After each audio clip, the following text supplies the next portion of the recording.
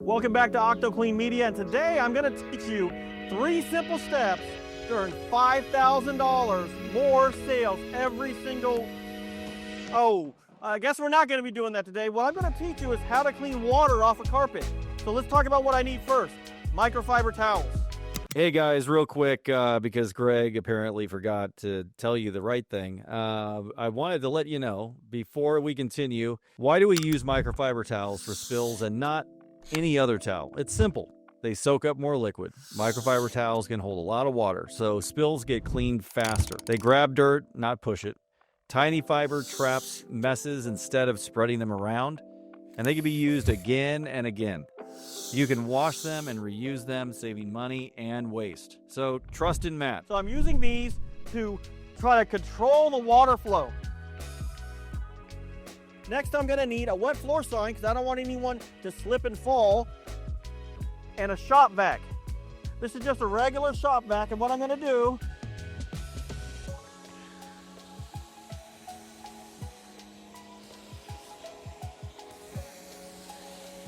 I'm just using this to suck that water out of the carpet.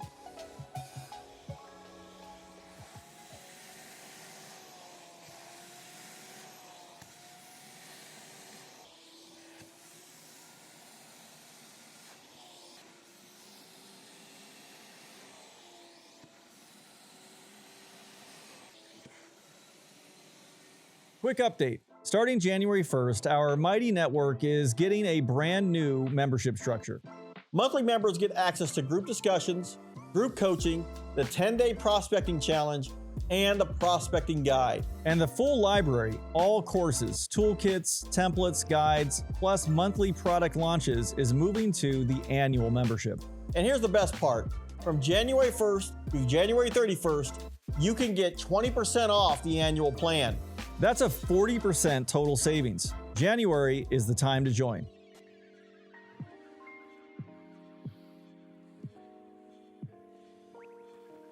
Now that we have the majority of the water sucked up, I'm going to put a floor fan on this and let it dry overnight. Now, keep in mind, this isn't to clean the carpet. If your mop water's dirty, your carpet's probably still going to be dirty. What this is to alleviate that safety hazard of them coming in the morning and slipping and falling when they go from wet carpet to the hard floor. So now, let's talk about a little bit of prevention. What could have prevented this from happening? Well, as you saw the gentleman that came in, he was pushing the mop bucket with the wringer on the top with the mop and mop handle in the wringer. If he would have been pushing it with the mop and mop handle in the bucket, that would have given a lower center of gravity, and it's way less likely for it to actually tip over when you're crossing thresholds like we are here from hard floor to carpet.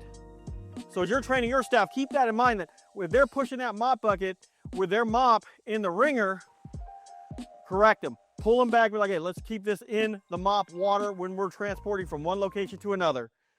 So I've got a lot of cleaning up here to do still. I'm gonna call a carpet cleaning company in. I kind of think I know one, and have them clean this carpet. But first, I'm going to turn my fans on and let it dry. Again, I want to thank you guys for watching, and I'll see you guys next time with that $5,000 tip.